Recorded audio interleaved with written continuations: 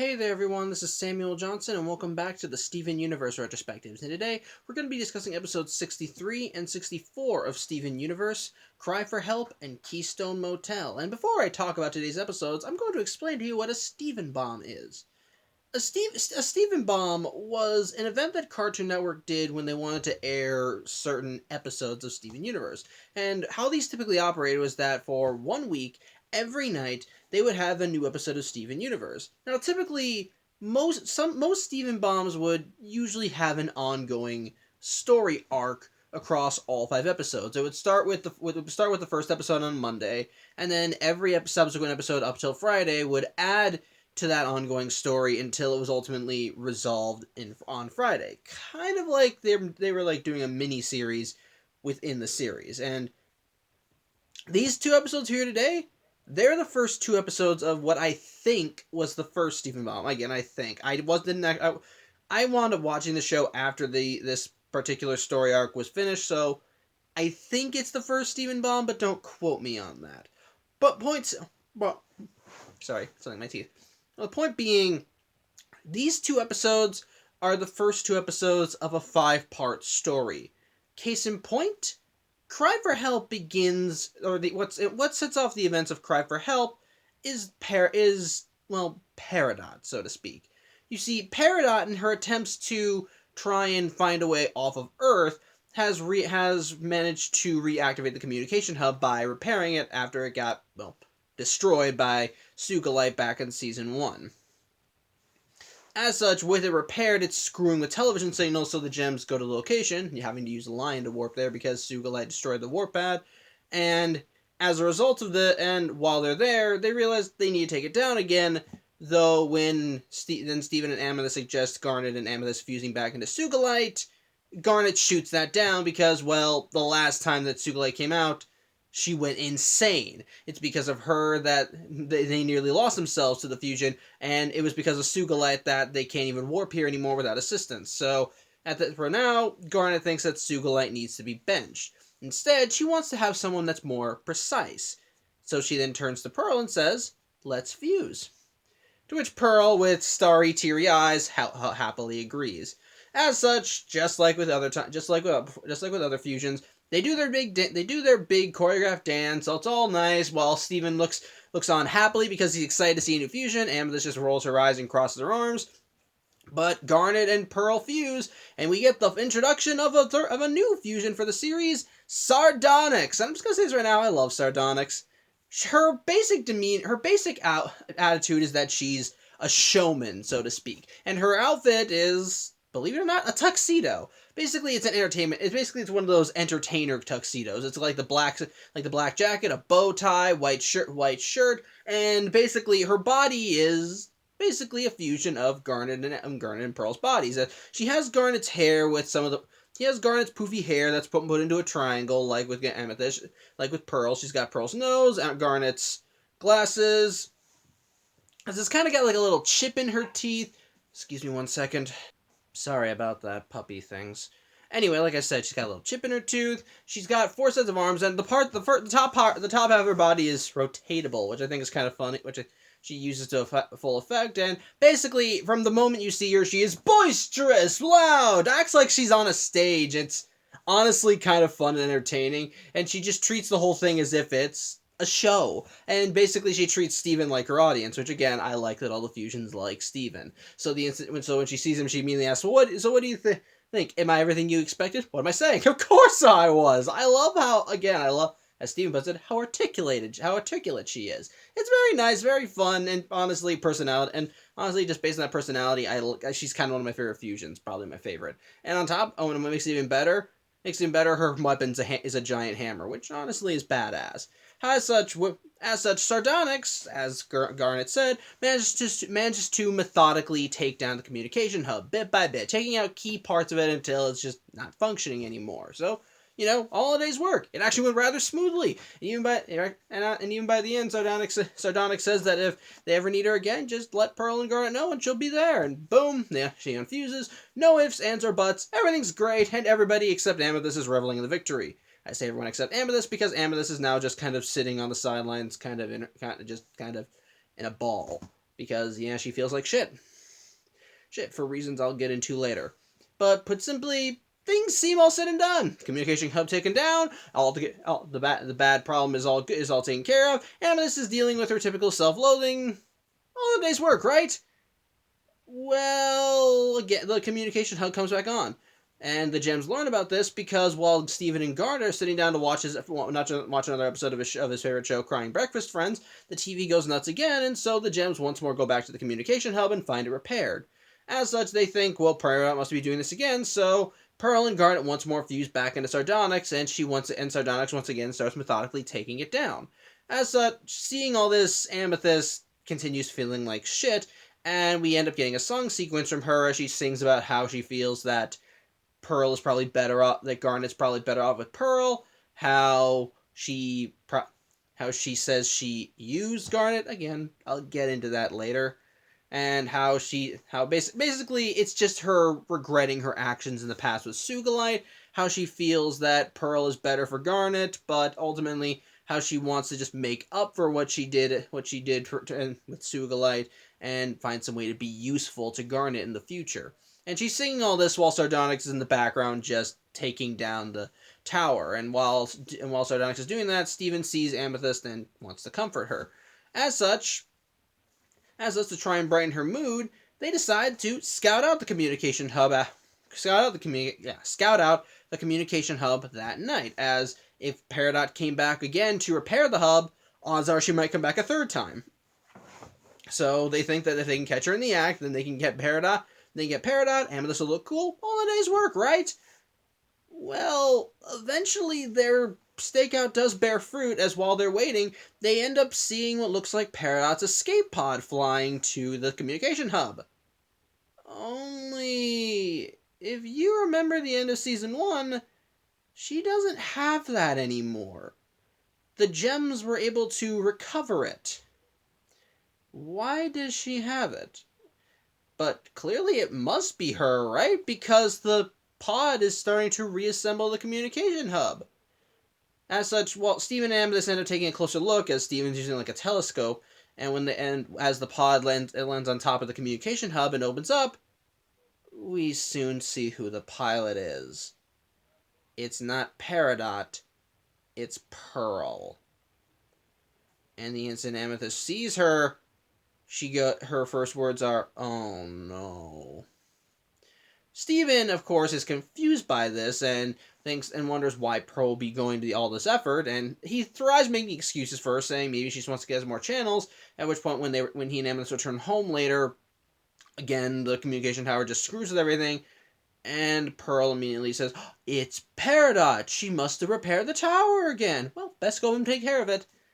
And yeah, Steven and Amethyst give each other looks, and as such, when the group returns back to the tower, once more Garnet and Pearl are getting ready to fuse again, but immediately Steven and Amethyst interject, with Amethyst pretty much saying no, they shouldn't do this, and Steven pretty much confirming, "Pearl, we saw you."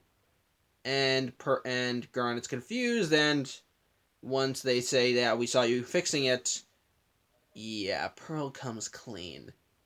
And Garnet is justifiably horrified, because the thing is, she's been trying to use her future vision to find Peridot and hasn't been finding anything, and now she knows why. There was no chance that they would ever find Peridot here. And so when she realizes Pearl's been repairing the hub, she immediately starts justifiably getting pissed at her. Literally and figuratively backing her into a corner with Pearl just kind of fumbling, saying, no, it was her the first time. I just need to give us a reason to fuse to get a few more victories in. And yeah, Garnet's not listening to any of this shit. She's not taking a single word in, and she's not giving Pearl a quarter. She manipulated her, she used her, and while Amethyst does jump to Pearl's defense, saying that fusing with Garnet is one of the few times that she or Pearl have to feel stronger, Garnet just yells at Amethyst to not make excuses for Pearl, and that she's just been wasting their time. As such, Garnet just demands that Amethyst fuse with her so they can just get this over with, and so they once more fuse a Sugalite, and you can tell that Garnet's probably working out some shit through Sugalite, because in one punch they just take down the entire hub. And from there, the episode ends with the group now returned back to the temple/Steven's house. And while Steven and Amethyst are watching another episode of Crying Breakfast Friends, Garnet and Pearl are now not on speaking terms as they pass each other in the house and neither say a single word to each other. So yeah, shit's kind of gone down. And shit continues to go down in the next episode, Keystone Motel. Because in this episode, we deal with some more of the fallout from this one. As after Pearl and... hold on one second. Sorry about that. But anyway, like I said, Keystone Motel kind of deals with some of the fallout from the last episode, as after Garnet pretty much learned that Pearl manipulated her, Pearl's been trying to go through hell and back to try and get her trust back. In this case, she's been spending days on end without break looking for Peridot, and sadly, her efforts are not bearing any fruit. And even when she tries talking to Garnet about it, Garnet will not say a word to her. As such, as such, it just leads to things being very tense around the house, as you can tell that there is just so much anger and unease and sadness and broken trust. It pretty much just makes the whole thing feel wrong. It just feels tense and awkward, and Steven is sadly caught in the middle. However, Steven kind of seems to get it out, as in the middle of one of these tense moments, his dad comes in because he wants to know if Steven wants to go on a road trip. You see someone in a neighboring state called Keystone, which, by the way, I'm just going to say this right now. This is the first episode that indicates that the Steven universe takes place in a different universe than what we know. Because, spoiler warning, it does. It takes place in its own universe. And before you end up saying, well, that was obvious, sound. I mean, in our history, there was no such thing as a Crystal Gem War. Well, to be fair, the Crystal Gem War happened so long ago that you could literally just make that shit up and put it into anything. But on top of that, one of the but there's been no indicators that in the present day things are not as exactly like they are in our modern time.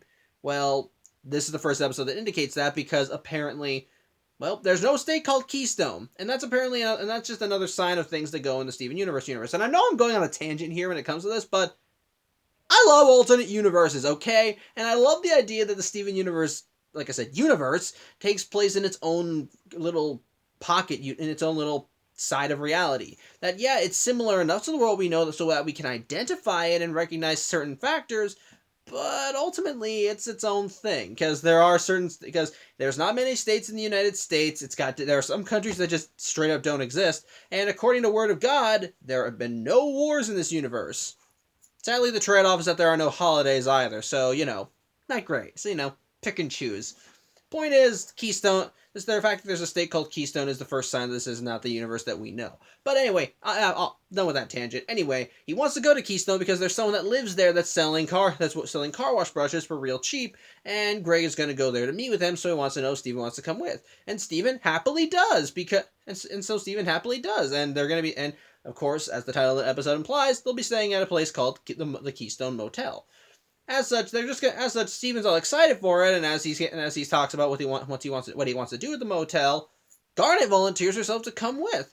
And while Greg does say, "Look, I know I'm talking this place up, but it's not exactly the Ritz," Garnet still says, "I'll be the judge of that," and so she happily goes with them. Though when Pearl wants to give her an itinerary, she still ignores her. So Steven, Greg, and Garnet all go to the Keystone Motel. They get a room. Everything seems fine, right? Well, Garnet kind of seems a little tense. As she's carrying in Steven and Greg's luggages, she's groaning. Though to be fair, she could be groaning because she's carrying all their luggage at all. And even on the way there, something just seemed off about her. And when Greg goes off to go meet with the guy who's selling the brushes, her hands are twitching while she sits there, and to the point, and she doesn't even say a word to Greg as he leaves.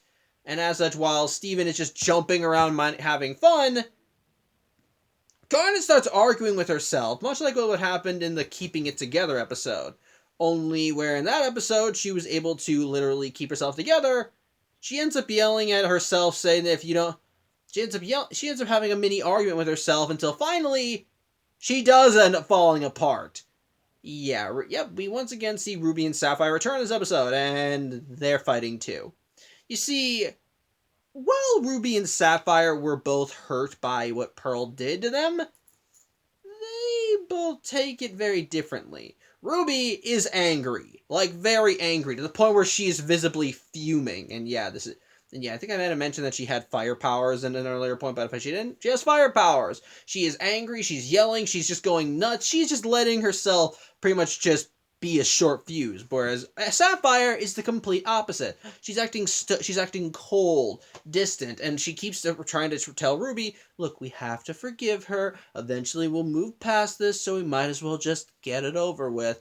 And yeah, it becomes clear they're not taking this well either, to the point where they're now fighting with each other because sadly their reactions to the situation are the polar opposite of each other. To that, as such, when Steven sees them, he is initially excited to see them, but again, because of their initial reactions, neither of them are exactly willing to talk to him. Don't get me wrong, they try, but they don't succeed. Case in point, Ruby ends up storming out of the motel room they're in and ends up going to the Keystone Motel pool to just pace around. And when Steven offers to go swimming with her, she does go into the pool, but she doesn't stop pacing. She just keeps grumbling and grumbling. And due to her aforementioned fire ability, she ends up causing the pool to boil to the point where Steven has to get out of it. And when he goes back to the motel room, well, Sapphire's emotions have literally iced the room over, so Steven is freezing his ass off. And even when Steven tries to talk to Ruby, Sapphire just says there's really no point. Even if I did talk to her, she won't listen. Eventually she'll calm down and she'll realize I was right, blah, blah, blah. Point is, both sides are not exactly willing to talk to each other. And even when Greg comes by later and Steven asks for his advice, which, by the way, he brings square pizza, Greg says that maybe they should just give them some distance. Since then they'll work this out in their own time. And maybe by the next morning, everything will be fine. It's not fine the next morning. In fact, the next morning when Steven, Greg, Ruby, and Sapphire all go to a diner called the best diner in the world, which I love because he kept literally calling it the best diner in the world. That's its literal freaking name. When they actually go there, yeah, things do not need better. Their tension is so thick you can cut it with a knife, and literally it's like a powder keg waiting to go off. And who should light it but the lady with fire powers, because immediately when Ruby starts shaking the breakfast table, when Sapphire makes a comment about it, she decides to just double down, shake it harder, to the point where and when Sapphire says she'll just burn herself out, Ruby says, I'm an eternal flame, summons a gauntlet, and flips the table over. To the point, as such, they immediately just have an argument right there in the diner, but Steven finally has had enough of it, as in the midst of their fighting, he just throws his breakfast right onto the floor and just storms out. Which does finally get Ruby and Sapphire's attention. As such, they immediately stop fighting and go after him to try and talk to him, but Steven makes it clear that he just feels awful. That home's been awful because of all the tension. That here has been awful because they've been fighting. Like, he thought that everyone wanted to have fun, but they've all been acting awful. And even he says, I don't understand. Is it me? But, hold on one second. Sorry about that. Anyway, like I said, Steven asks, is it me? And Ruby and Sapphire immediately just start trying to console him, saying, no, this is us. This is our problem. You have nothing to do with it. But pretty much Steven saying that finally gives them both clarity, as they realize, oh, we done fucked up. As immediately they both realize what they've been doing wrong here. Sorry, Chindy's right here. And they both immediately realize that how they've actually been hurting each other. As Sapphire has been constantly looking into the future and everything's been resolved to the point where she's been disregarding the present. And Ruby even admitting, that she really was not trying to find a solution here. She just wanted to be angry. As such, they both start having kind of mini breakdowns as Sapphire just finally breaks down crying. And Ruby is just trying to comfort her, saying, no, it's okay, I'm the problem. No, I was acting stupid. But Sapphire says, I don't think you're stupid. And as they're talking, we soon learn that apparently Sapphire only has one eye. One very large eye. But she makes it clear that she was just trying to do, she just says, look, it's not that I wasn't angry. I am. I just wanted to do the right thing. And Sapphire says, yeah, I know. And they actually do have a moment and they start reconnecting. They have a little sweet. It's sweet. Sapphire holds her head in Ruby's palm, and Ruby just immediately starts smirking. He's like, the best part of us being infused? Sapphire says, what? And Ruby says, I get to look at you.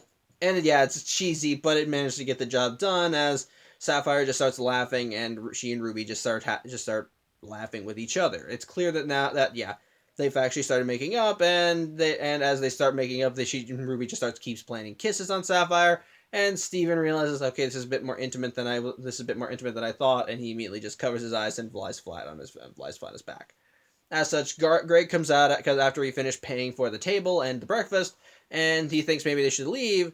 But before that, suddenly there's a light, and sure enough, Ruby and Sapphire are fused back into Garnet, and she says they're not leaving without their free ice first. And as such, the episode ends with the trio returning back to Beach City, back to the temple, and as Pearl once again tries to say something to Garnet, Garnet just tells her, not now, before walking away.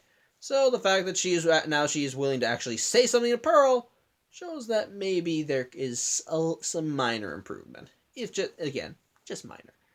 But yeah, that's how the episode ends. So, all right, what are my thoughts on these first two episodes? Well, first and foremost, this does kind of feels strange. Here's the thing. If anyone's seen any of my previous vlogs, when it comes to dealing with two-parters, I typically like to look at them on a case-by-case basis. I don't look at an entire two-parter all at once. Usually I look at them a part at a time, and then I'll summarize my thoughts on the part, but not give my full thoughts on the initial episodes until I get through all of them. In case in point, that's a similar thing with these two episodes and the episodes that come later, because they're all part of the same ongoing story arc. So it's kind of what makes you wonder exactly what how I can actually approach these episodes and how I can actually talk about them. Well, in this case, I think I should probably talk about how they deal with this issue that comes up in the story. Case in point, Pearl breaking Garnet's trust. Because everything leading up to it, and even in the revelation, it's very much character focused. I'm not going to get into what happens with Pearl until we talk about episode 67, but put simply, there's a lot going on with Pearl. As we've seen in previous episodes, Pearl does not have the greatest confidence in herself. Despite everything she can do, she mostly focuses on what she can't do, and thus she always feels that she herself is useless, existing for the whims of others, so forth. And so her self-image and any self-worth that she usually gets comes from other people. It came from Steven's mother, it came from Steven himself, and thus this could be seen as another version of that with Garnet. Again, I won't get into too much detail till we get to episode 67, but put simply, there's a reason why Amethyst was quick to defend Pearl. Going back to what Amethyst said regarding, or back to Amethyst's song when she sang about how she thought that Garnet was better off with Pearl, how she used Garnet, how she talked about how she sung about how she used Garnet, and how she sees the tower of her mistakes and it's all come crashing down, and how she wants to make up for it. There's similar causes for both of them wanting to be fused with Garnet, because Pearl and Amethyst do suffer from somewhat similar but very different issues. Case in point, Amethyst deals with a lot of self-loathing, which is one of the reasons why I relate to her, as I've dealt with and still am dealing with my own forms of self-loathing, and seeing the way she reacts when Garnet fuses with Pearl instead of her, it's essentially like, yeah, I get it. I fucked up. You don't want to be around me anymore, which honestly is kind of heartbreaking. But I think what makes it worse is that, but in that regard, it makes sense why she would want to fuse with Garnet, because as she said, Garnet's their one chance of feeling stronger. Well, the thing is, like I said, Amethyst has a lot of self-loathing. And so when she fuses with Garnet, which kind of minor spoiler, in a later episode, it's Garnet's relationship, as Ruby and Sapphire is talked about as a perfect relationship, and thus being a part of that makes you feel like you are part of that. It's a similar case with Amethyst. Amethyst has severe self-loathing, and so when she fuses with Garnet, there's a chance that she feels less alone, that she can love herself, that she can embrace everything that makes her her, which ironically is what I think makes Sugalite so intense, so to speak. But at the very least, it's a way of her feeling like she isn't like she isn't worthless.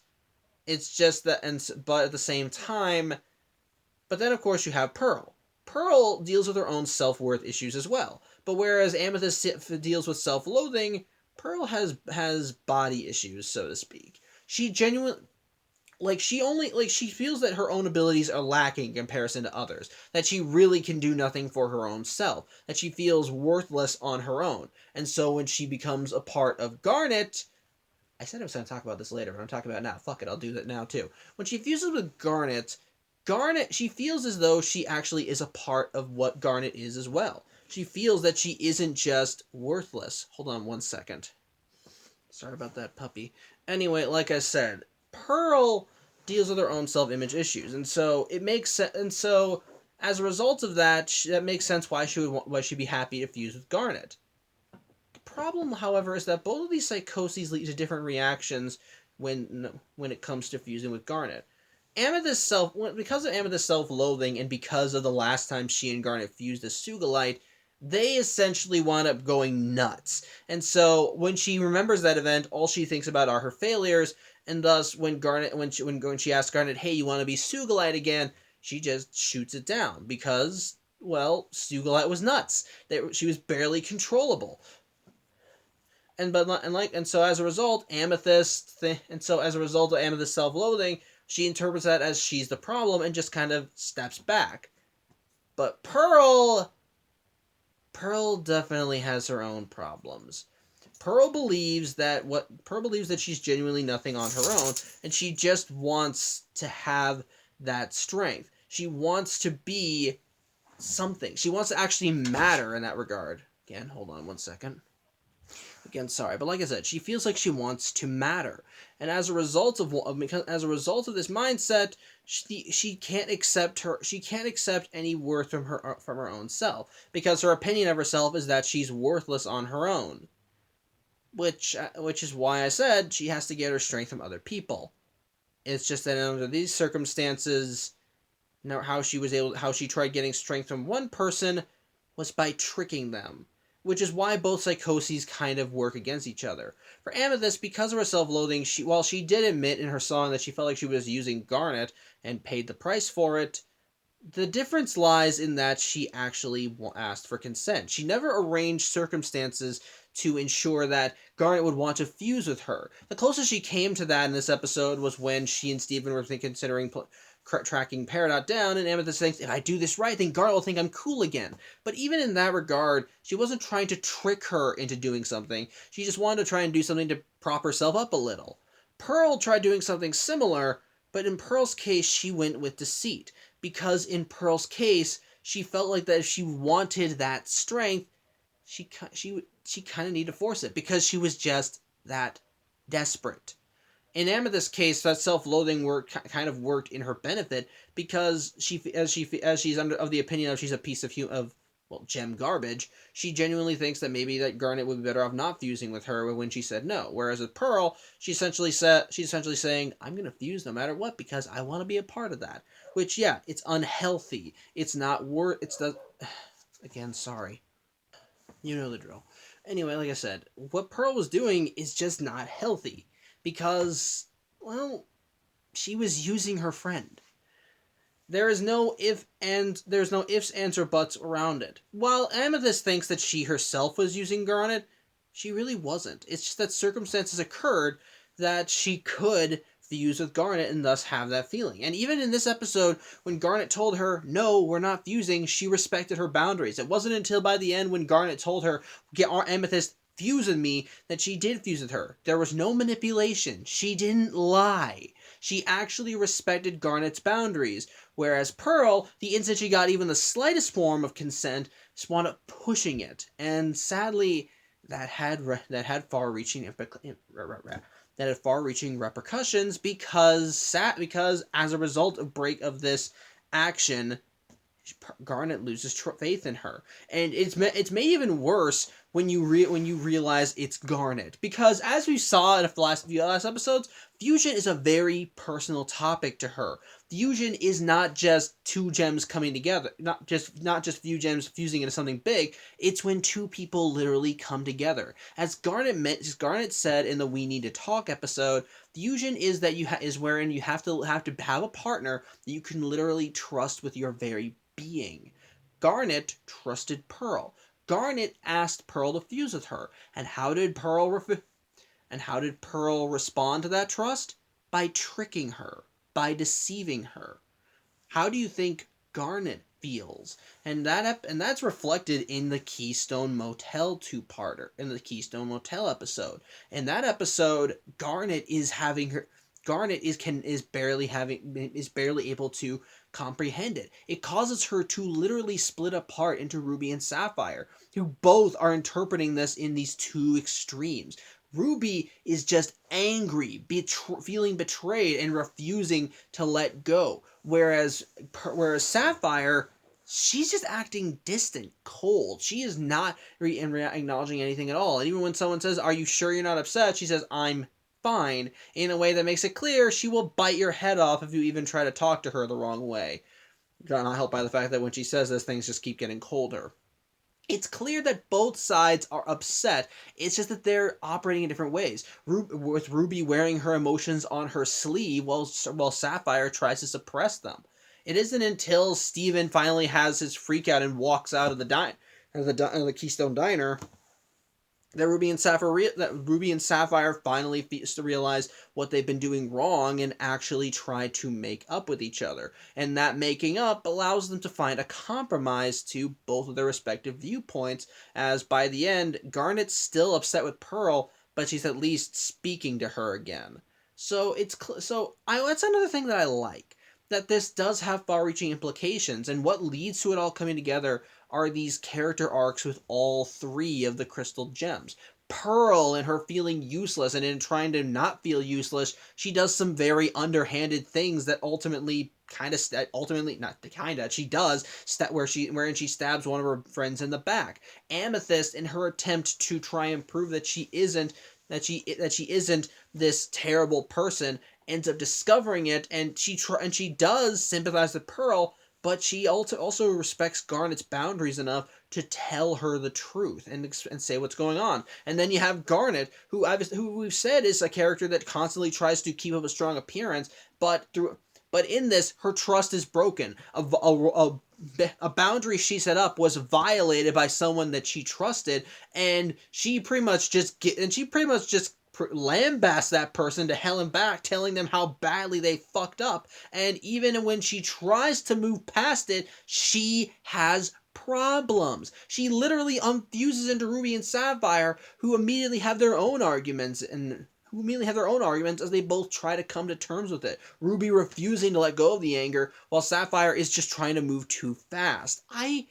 think that's really damn cool, and I find that to be a very mature topic. And it's a topic that not a lot of cartoons handle in this way, especially with having it be an ongoing story arc. Because, to make an example, let's go back to Ben 10 a bit. In the Kevin 11 episode, the central moral of that episode was a Ben breaking his grandfather's trust, even though he set clear boundaries. And while Grandpa Max, by the end, did tell Ben that he still loves him and nothing will ever change that, he tells him that his trust will never need to be earned, that his trust will have to be earned back, sadly. And while I love classic Ben 10, it was one of my favorite shows as a kid, and I'm happy to always look back on it. Again, this is one of the things of the episode. They didn't really do the ongoing story arcs like that, because in the next episode, it was like they didn't have to do. It's like their relationship was completely mended. But in this, and again, while I like the show and that was a good moral, and I think the episode handled it well enough, this time by having the initial.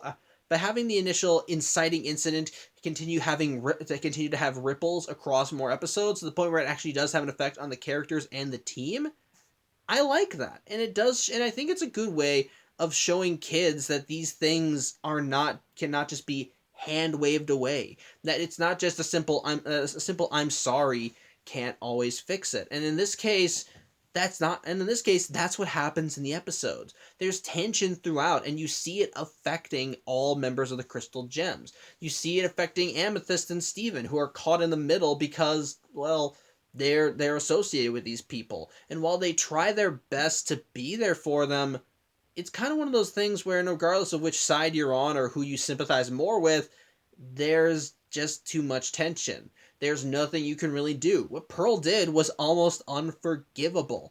It would, if it wasn't for the fact that Garnet was what has and her have probably been friends for God knows how long. I wouldn't be surprised if Garnet would want her gone. But the thing is, it's clear Garnet wants to forgive Pearl. That's why there was the conflict between Ruby and Sapphire. Both of them wanted. Both of them had their own ways of dealing with it, and even Sapphire admitted that they would have to forgive Pearl eventually. It's just the problem is they were disagreeing on how to get there. Ruby wanted to hold on to that anger. Sapphire wanted to move past it, and by the end, when they finally do make up and come back and fuse back into Garnet, they have a compromise. Hence why when Garnet sees Pearl, she doesn't give her the time of day, but she does at least give her a few seconds. That's again a nice way of showcasing how they're handling this. In the case of Garnet, she does not trust Pearl anymore. She doesn't because Pearl used her, and Garnet's distrust is justifiable. Again, she was used, lied to, and now. But at the same time, if the gems want to function as a team again, Pearl and Garnet kind of need to overcome this, which means, sadly, they have to do what is probably one of the most difficult things you can do: talk. And as Keystone Motel has shown, actually talking to someone is easier said than done, especially when you have such deep circumstances. And again, going back to the Keystone Motel, things were ultimately solved when Ruby and Sapphire talked, but it wasn't until Steven made a scene that they finally did talk. That was the problem. And that's a similar thing with Pearl and Garnet.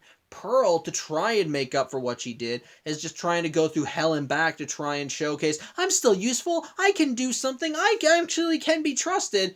And Garnet is constantly just giving her the cold shoulder, which again, I'm not going to say Garnet's unjustified in that regard. At all. I'm not going to defend Pearl's actions at all. While I understand why she did it, that does not mean what she did was not a bad thing. And again, I love how they handle it in a very mature way. That they showcase that there is still lasting tension and that the characters do have their issues as they try to move past this, or at the very least try and find a way around it. It's just that they're once again skipping one of the most fundamental steps, as it's actually sitting down and talking. Again, it works well. It works well, and I like the beginning foundations for it in these first two episodes, establishing what set everything in motion, the tense atmosphere, seeing it just continue to be worsened and how it has an effect on people, how it affects the team, how they're trying to move past it but are still held back by it. And I'm not saying that being held back is a bad thing. Oh, okay, maybe in a team structure it is, but in terms of a show, again, this is something they really do need to address and discuss, because trust is a very deep and sacred thing. It's not something that you can just break. Because when trust is broken, it's very hard to get it back. And these episodes, I think, do well in showcasing the struggle to get back to that point. As we see the beginnings of it, with Garnet and Pearl not saying a word to each other, Pearl out of shame, Garnet out of anger, and as Pearl continues trying to take steps, Garnet does not want to deal with her. Even when she finally is willing to talk to her, she's still not exactly in a place where she wants to be friends with her again. Again, I like that. It's mature. It tackles things in a realistic way. It showcases how real people would react in a similar situation, and I think it's a good way of kind of getting the message across. Add on again the stuff that both individual episodes have. It's cool seeing more of Sardonyx. I love that we get to see the Crystal Gems individual arcs kind of cascade into this overarching plot. I like that we get to see more with Peridot and her ongoing stuff, and then likewise in the Keystone Motel episode, I love the stuff with Ruby and Sapphire. I love that I love that how they stopped fighting was when Steven freaked out, which again, I like that because, well, as Garnet said, they already love him. And I like that, and again, as I said, it's implied that they wanted to spend time with Steven. They were just too in their own heads to read the situation and know what the right time and place was to do these sorts of things and who to do it around. And likewise, when you're doing it around the kid you're supposed to be raising, it's probably not a good idea. It's probably kind of messing him up something fierce. And by the end, when they realize just how badly this is messing him up, Ruby and Sapphire are like, oh shit, oh shit, oh shit, no, no, no, it's okay. This is our problem, not yours. You're fine, we still love you. I kind of like that. It's like when you have two parents who do genuinely love their kid, and when he catches them fighting, they just immediately start backing and saying, no, no, no, we still love each other. We're just fighting. It's okay. It's not your problem. Don't worry about it. Let's get you back to bed, sweetie. I like that. I love seeing that. Again, and again. Showcasing the gradual arc, seeing where things go, and also, again, seeing more Ruby and Sapphire, because, again, since the last time we saw them, it's always nice to see them get developed in some way, shape, or form. Overall, these are two very solid episodes that I think do well in setting up the initial story arc with Garnet and Pearl. Again, add on the new fusion, add on bringing everything together, add on seeing Ruby and Sapphire, add on some good moral lessons and seeing where things go and how all the characters develop from this. Overall, these two episodes, I think, are a strong beginning to this 5-part story, and it's honestly a very good way to start their first Steven Bomb, if this was in fact the first Steven Bomb. So, yeah, that's about it. Thank you for watching. I'm Samuel Johnson, and I will see you next week. Take care.